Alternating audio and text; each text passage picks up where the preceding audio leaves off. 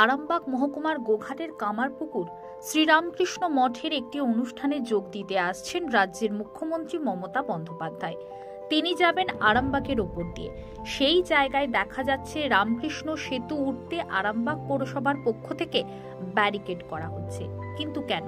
কারণটা হলো সেতুর নিচে পল্লীশ্রী সংলগ্ন দ্বারকেশ্বর নদের নিচে পৌরসভার 19টা ওয়ার্ডের ময়লা আবর্জনা ফেলা হয়। বিরোধীদের দাবি, মুখ্যমন্ত্রী আসছেন বলেই নোংরা আবর্জনাকে ঢেকে দেওয়া হচ্ছে, কিন্তু দুর্গন্ধ কিভাবে আটকাবে? পাশাপাশি আরামবাগের বিভিন্ন রাস্তার বেহাল দশায় পড়ে রয়েছে। মুখ্যমন্ত্রী আসবেন বলে দ্রুততার সাথে রাস্তার কাজ করা হচ্ছে। এ নিয়েও কটাক্ষ করতে ছাড়েনি বিজেপি।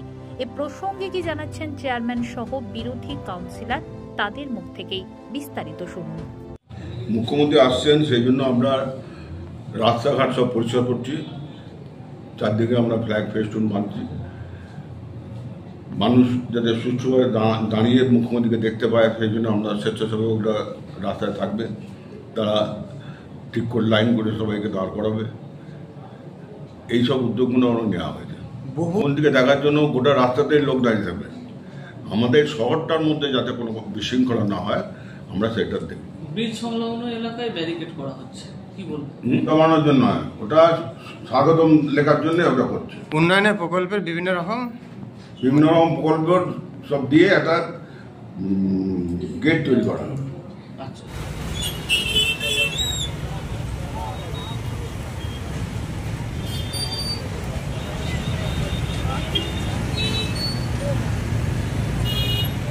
এটা পুরোপুরি ভাঁওতার এইটাই দেখুন, আমরা মানুষ, সভ্য সমাজের মানুষ। আমি এই জামা বস্ত্রটা পরে আছি, কী জন্য পরেছি? আমার রঙ্গ শরীর পরিষ্কারভাবে ঢাকা থাকার জন্য বস্ত্র পরি। তো বস্ত্রটা পরানো হচ্ছে। আর আপনারা সকলেই জানেন, আরামবাগ পৌরসভা ব্রিজের নিচে যে নোংরা আবর্জনা ফেলা হয়েছে, এটা বর্জ্যটাকে ঢাকা দেওয়ার জন্য উন্নয়নের প্রকল্প মানুষের কাছে তুলে দেয়। এগুলো পুরোপুরি মানুষকে একটা অপপ্রচার ছড়ানো হচ্ছে। কালকে কি মুখ্যমন্ত্রী এবং আসছেন বলে? মুখ্যমন্ত্রীকে আসছেন উনি, তার জন্য সভ্যতার সাথে সভ্যতার পরিচয় দিচ্ছেন। গোটা পশ্চিমবঙ্গ না, গোটা আরামবাগ রাস্তা খারাপ। তো এই জায়গায় মানুষকে বোঝাতে চাইছেন যে আমাদের আরামবাগ সুন্দর সুজলা সুফলা গ্রিন সিটির মধ্যে, এটা পুরোপুরি মানুষকে আইওয়াশ এবং চোখকে ঢাকা দেওয়া হচ্ছে।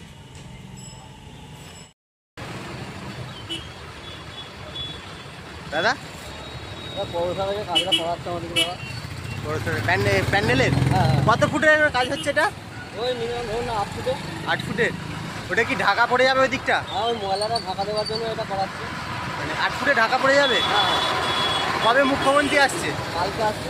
তার আগে এই কাজ হ্যাঁ পৌরসভা থেকে? হ্যাঁ, কত সময় লাগবে কাজটা হতে? ধরুন না 8 ফুটে বাজবে। দাদা আপনার নাম? হ্যাঁ, রঙিন কাজ। এই জায়গাটা কোন জায়গা? কালীপুর। কিসের কাজ হচ্ছে এটা? এখানে যে কাল মুখ্যমন্ত্রী আসছে সেই উপলক্ষে কাজ চলছে, ব্যানার বোর্ড এইসব লাগানো হবে। মুখ্যমন্ত্রী আসার জন্য এটা কি লাগাবে? ওসব ওদের কি ব্যানার আছে সেসব লাগাবে। ব্যানার লাগাবে। ওই দিকটা কি ঢাকা হয়ে যাবে? হ্যাঁ, এই যে যেমন এই যে ওই ধারটা আড়াল হয়ে যাবে। ওই ধারটাতে কি আছে? এই ধারে নোংরা আছে, ওই জন্য আড়াল হয়ে যাবে এদিকটা। হ্যাঁ। দিয়ে এদিকটা কি দিয়ে দিবেন? এই ধারটা ব্যানার বোর্ড হবে। ব্যানার বোর্ড করছে এটা? কারা করছে? এটা পৌরসভা থেকে বলেছে, মিলন রেকর্ডসের থেকে কাজ হচ্ছে। পৌরসভা বলেছে আজকে, ওই জন্য করছেন। হ্যাঁ, কত ফুট উঁচু দিয়ে করছেন? এটা 8 ফুট হাইট হবে। 8 ফুট হাইট হবে। তাহলে ওই স্তূপ দেখানো যাবে না মনে হচ্ছে নাকি? মোটামুটি হয়তো ওই যদি 5.5 ফুট হয়, হ্যাঁ আরও তলা দিকে 1-1.5 ফুট নামবে, হ্যাঁ, তাহলে মোটামুটি ওই ধারে জঙ্গলটা একটু নোংরাটা আরাম হবে। আড়াল হবে। দাদা আপনার নাম? আমার নাম সমর দাস।